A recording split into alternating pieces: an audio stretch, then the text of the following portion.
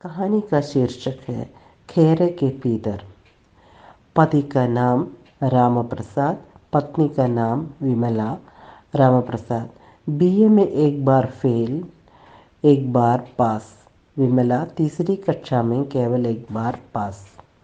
राम प्रसाद के घर से हर 4-6 दिनों में पति पत्नी के कंठों की क्रुद्ध आवाज़, उत्तर प्रत्युत्तर, फिर मारपीट का शब्द और अंत में स्त्री का क्रंदन ज़रूर रामप्रसाद विमला को पीटता है। लेकिन क्यों पीटता है, ये रहस्य मोहल्ले में किसी को नहीं मालूम। पति पत्नी ने मारपीट की आवाज़ को तो सारे मोहल्ले में फैल जाने दिया है, पर कारण को घर की दीवार भी नहीं फांदने दी। वैसे तो अनेक भारतीय कुलवधुएं पति के हाथ से पीटना अपना अधिकार और गृहस्थ जीवन का ज़रूरी दस्तूर मानती है। अगर उन्हें ये अधिकार न मिले तो वे बुरा मानती है। हमारी चाची को चाचा कभी नहीं मारते थे, इसलिए चाची को मोहल्ले के स्त्री समाज में बड़ा नीचा देखना पड़ता था। उन्हें लगता कि उनमें कोई बड़ी खराबी है। एक दिन उन्होंने जानबूझकर गरम चाय चाचा के पाँव पर गिरा दी। उन्होंने गुस्से में चाची को 2-4 घूंसे और चांडे जमा दिए। उस दिन चाची पड़ोसियों के समाज में बड़े डांट से आई। गर्व से उनका चेहरा खिला था। उनकी हीनता की भावना तिरोहित हो गई थी और वह पड़ोसियों से किसी भांति खुद को कम महसूस नहीं करती थी। कभी कभी इस ताड़ना में चाहे कोई गर्व का अनुभव करे, पर जो हर 4-6 रोज में एक बार दमची जाए वह तो मृत्यु की ही कामना करती है। विमला हर 4-6 दिन में पिटती है, परंतु पड़ोसियों का ख्याल है कि पिट लेने के बाद विमला अधिक प्रसन्न, अधिक प्रफुल्लित और अधिक ताज़ा मालूम होती है। जब कोई कुलवधू पिटती है तब मोहल्ले की स्त्रियों को ऐसा लगता है जैसे कोई त्योहार मनाया जा रहा है। बड़ी अकाट्य निश्चिंतता के साथ वे उस नारी के पिटने का कारण बतलावेंगी, मानो पति पत्नी ने दस्तावेज के कारण लिखकर टिकट लगा दस्तखत करके इन्हें सौंप दिया है कि सनद रहे ताकि वक्त पर काम आवे। विमला के पिटने के भी विभिन्न स्त्रियों ने अपनी अपनी सामर्थ्य और रुचि के अनुसार विभिन्न कारण खोज निकाले हैं। चंचल मना का विश्वास है कि विमला झरोखे में से किसी को झांकती है, इसलिए पिटती है। निबुत्री का ख्याल है कि विमला को संतान नहीं होती, इसलिए रामप्रसाद उसे मार पीट कर भगा कर दूसरा ब्याह करना चाहता है। फूहड़ समझती है कि विमला बेशुअर है और उसे रोटी तक सेंकना नहीं आता। अपनी अपनी सामर्थ्य और अपनी अपनी रुचि, पर सही कारण विमला के मन में ही कहीं छिपा है, जो बहुत प्रयास करने पर भी कोई बाहर नहीं निकलवा पाई। 2 साल पहले शादी हुई थी। वह उसे गऊ की तरह बांध लाया था और ये उसे मालिक मानकर उसके घर की गौशाला में बंध गई थी। बहुत परिश्रमी, चतुर, पतिपरायण, सुशीला स्त्री। बचपन में ही उसे माता ने सीता को दिया गया उपदेश रटा दिया था। एक ही धर्म, एक व्रत नेमा, काय वचन मन, पतिपत प्रेमा। ठीक चलता रहा। फिर उसने देखा कि पति परमेश्वर अक्सर आधी आधी रात तक कोई चिट्ठी पढ़ा करते हैं या चिट्ठी लिखा करते हैं। वे क्या लिखते हैं इससे उसे मतलब नहीं था। उसकी चिंता तो यही थी कि इतनी रात तक जागने से उनकी तबीयत खराब न हो जाए। एक दिन उसने राम प्रसाद से पूछा, तुम इतनी रात तक एक क्या लिखा करते हो? चिट्ठी। राम प्रसाद ने संक्षेप में जवाब दिया, किसे चिट्ठी लिखते हो? दोस्त को। और किसको? और किसको? यह तो मैं नहीं जानती, पर मुझे यही डर है कि इतने जागने से कहीं तबीयत खराब न हो जाए। दिन में क्यों नहीं लिख लेते? राम प्रसाद ने हंसकर कहा, तू तो पगली है। अरे कहीं दिन में हल्ला गुल्ला के बीच अच्छी चिट्ठी लिखी जाती है। मन की बात तो रात की शांति ही लिखाती है। बड़े पक्के दोस्त हैं मेरे वे। विमला मान गई। पर एक दिन अनायास उसने रामप्रसाद के कोट की जेब में हाथ डाला तो उसे एक लिफाफा मिला जिसे रामप्रसाद ने डाक में छोड़ने के लिए रखा था। उसने पता पढ़ने की कोशिश की और तीसरी हिंदी के समस्त अक्षर ज्ञान ने उसे बताया कि उस पर नाम लिखा था लक्ष्मी देवी। उसने पुनः ध्यान से पढ़ा कि कहीं लक्ष्मण तो नहीं है, परंतु ला, खाली ला, छा, आथा, माँ में बड़ी ई की मात्रा मी। इससे शब्द आगे बढ़ता ही नहीं था। लिफाफा उसने वहीं लिख दिया। शाम को उसने राम प्रसाद से पूछा, ये लक्ष्मी कौन है? कौन लक्ष्मी? सशंकित स्वर में राम प्रसाद ने पूछा। वही जिसे तुमने आज चिट्ठी लिखी है, विमला ने कहा। वह मेरी बहन है। तुम्हारी बहन है? दो ननदें हैं मेरी, सीता और गीता। इसे तो न कभी जाना न देखा। राम प्रसाद ने गंभीरता से उत्तर दिया, वह मेरी मुँहवाली बहन है। बचपन से मुझे भाई की तरह चाहती है। विमला ने पूछा, फिर तुमने उस दिन झूठ क्यों कहा था कि दोस्त को चिट्ठी लिखता हूँ? रामप्रसाद ने समझाया, इसलिए कि स्त्रियां बड़ी शंकालु होती हैं, जरा सी बात से तर्क कुतर्क करने लगती हैं। विमला फिर मान गई, मगर ये बात वह पूरी तरह नहीं मान पाई। उसके मन में बड़ी उलझन मची। पहले दोस्त, फिर मुँह बोली बहन, लिंग परिवर्तन अनायास। उसके अपने भी दो भाई हैं और वे तो आधी रात तक बैठकर उसे लंबी लंबी चिट्ठियां नहीं लिखते। उसकी बड़ी इच्छा हुई उन चिट्ठियों को पढ़ने की। आखिर ये बहुत पढ़े लिखे लोग क्या लिखते हैं? वह जानती थी कि तीसरी कक्षा तक का अक्षरधन, जिसमें से बहुत सा अनाभ्यास के हाथों लुट गया था, इन चिट्ठियों को उसके सामने खोल सकने में समर्थ न हो सकेगा। उसने पढ़ने का अभ्यास आरंभ किया। पड़ोस के लड़के लड़कियों की किताबें देखकर वह खंडोम पढ़ा करती। और एक दिन उसने लक्ष्मी देवी के पते वाला लिफाफा खोल दिया। राम प्रसाद को अपनी सावधानी से अधिक पत्नी की मूर्खता पर भरोसा था, इसलिए सरलता से उसकी चिट्ठी विमला के हाथ आ गई। उसने उसे खोला और एक सांस में पढ़ गई। कुछ यूं लिखा था, अब तो मैं तुम्हारे बिना जी नहीं सकता। हर क्षण तुम्हारी याद मन में बनी रहती है। रात तुम्हारी याद करते करते ही गुजार देता हूँ। अब तो ऐसी इच्छा होती है कि इस गृहस्थी को छोड़कर तुम्हारे पास आ जाओ और हम दुनिया से दूर कहीं अपना सुख का संसार बनाए, आदि आदि।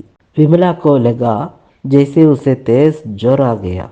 कनपटी गर्म हो गई, आंखें जलने लगी और उसका अंग अंग शिथिल हो गया। प्रवासी पेड़ के सहारे रात भर सुख से सोया रहे और सवेरे आंख खुलने पर देखे कि वह सांप की बाम्बी पर सिर रखे रात भर सोया रहा। ऐसा ही कुछ उसे लगा। उसने इन वाक्यों को सैकड़ों बार पढ़ा। वे उसे याद हो गए। विश्वास जितना पक्का होता है, उसके टूटने में उतना ही दर्द होता है।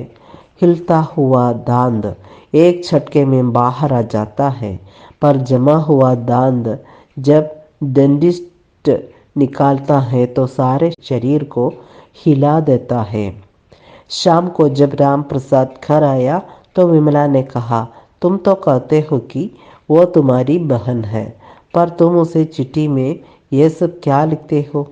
राम प्रसाद ने घबराहट को पति सुलभ उद्धतता में बदल कर कहा, क्या लिखता हूँ? विमला को हर वाक्य रट गया था। उसने पूरी प्रेम गीता का पाठ कर दिया। राम प्रसाद सक पका गया, फिर भी क्रोध से बोला, तुमने कहाँ पाई चिट्ठी? तुम्हारे कोट की जेब में, उसने शांति से कहा। राम प्रसाद ने खुड़क कर पूछा, तुमने क्यों हाथ डाला मेरी कोट की जेब में? विमला ने उसी प्रकार शांति से कहा, अब वह जेब तुम्हारी अकेली की होगी, पर अभी तक तो मैं उसमें हाथ डालकर हर महीने तनख्वाह निकाल लेती थी। राम प्रसाद ने सुलह करना उचित समझा। विमला के गाल पर हल्की सी चपत मार हंसते हुए बोला, तुम तो बुद्धू हो, क्या तुम जानो उस चिट्ठी का मतलब? तुम पढ़ी न लिखी? विमला ने कहा, नहीं सही, पर क्या तुम मुझे वे समझा रहे हो कि पढ़े लिखे लोग बहन को पत्नी की तरह चिट्ठी लिखते हैं? राम प्रसाद फटक उठा। तर्क में वह परास्त हो गया था। उसने महातर्क का प्रयोग किया। महातर्क दो है, स्त्री के आंसू और पुरुष का पीटना। नारी के आंसू की धारा में कितने महाबली बह जाते हैं। राम प्रसाद ने महातर्क का प्रयोग किया। उसने भी बचपन में पिता के मुख से नीति पढ़ी थी।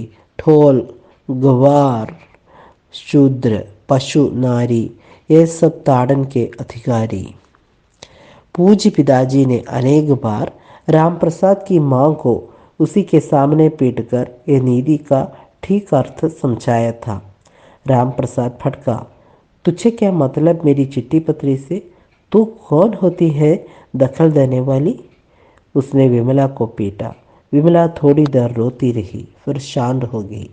राम प्रसाद समझा कि अमोघास्त्र काम कर गया, पर मेघनाद ने जब हनुमान को नागपाश में बांधा होगा, तब ये कहाँ सोचा होगा कि ये बिल्ली संकोच में बंध गया है और कभी इससे मुक्त होकर सारी लंका में आग देगा।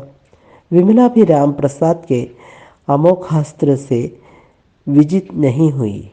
वह जब उसे लिखते या पढ़ते देखती, पूछ बैठती, ये क्या लिख रहे हो? उसी को ऐसा था तो मुझसे क्यों शादी की?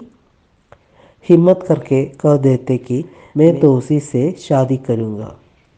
फिर बसाते उसी के पुत्र, फिर बसाते उसी के साथ दुनिया से कहीं दूर, कहीं सुख का संसार। राम प्रसाद फड़क उठता और उसे पीटता। विमला सोचती, वे दूसरी स्त्री को प्रेम पत्र लिखते हैं, उसे रुपया भी भेजते हैं, गलती उनकी है।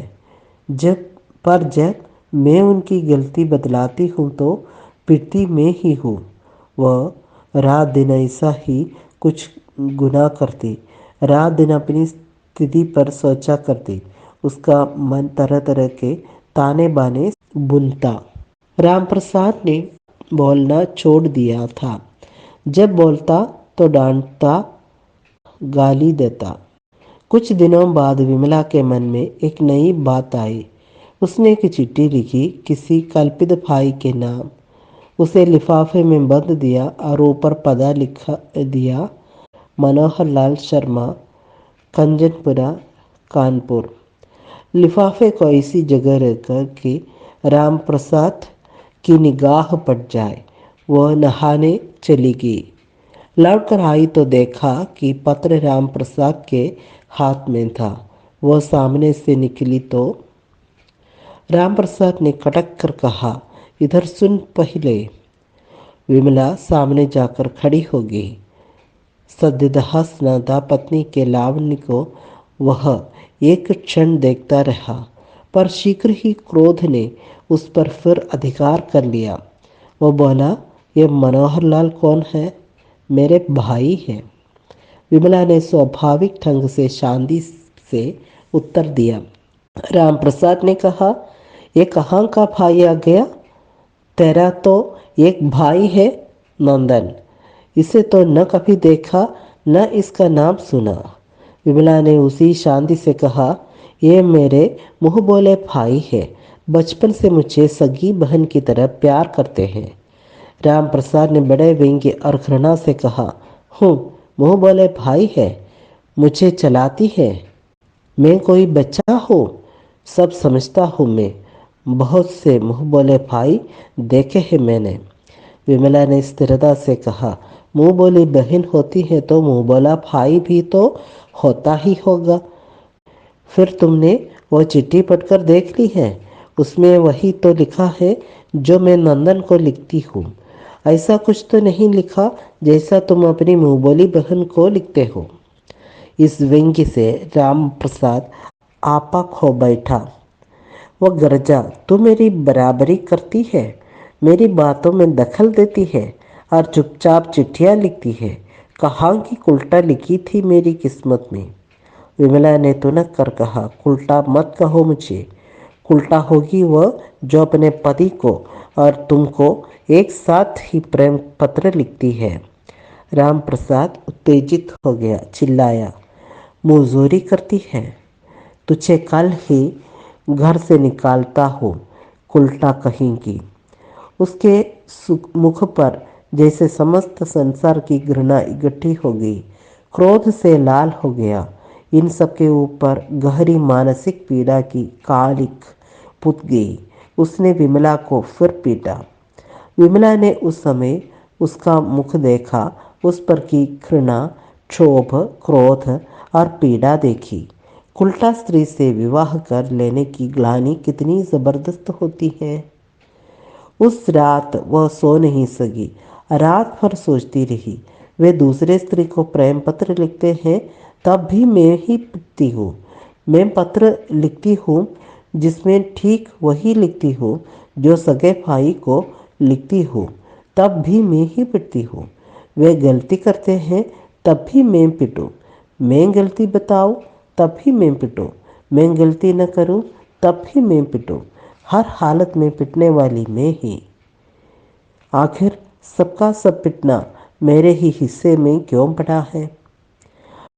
फिर उसे याद आया पीटते समय का राम प्रसाद का मुख, उस पर की वह घृणा, ग्लानि, क्रोध, पत्नी के चरित्र पर संदेह की वह घोर पीड़ा, वह व्यथा, निराशा, विफलता, वही सब जिसकी शिकार वह वर्षों से थी। उसे एक विचित्र प्रकार का संतोष इससे मिला। वह बार बार वह मुख याद करती और उसे संतोष का अनुभव होता। रामप्रसाद ने विमला को घर से निकाला तो नहीं, पर एक ही घर में दोनों अजनबी से रहने लगे। लोग लाजवश आदमी काटते हुए जूते को भी पहने रहता है। दोनों में कभी बातचीत नहीं होती, कभी मेल नहीं होता। दोनों के मिलने की एक ही सूरत थी जब राम प्रसाद विमला को पीटता था। इस एक संघर्ष की स्थिति में ही दोनों का सम्मेलन होता। इस बीच राम प्रसाद कानपुर जाकर मनोहर लाल का पता लगाने की कोशिश कर आया, पर उसे बताया गया कि यहाँ कोई कंचनपुरा है ही नहीं। तब से हर 4-6 दिनों में विमला कोई चिट्ठी लिखने बैठ जाती।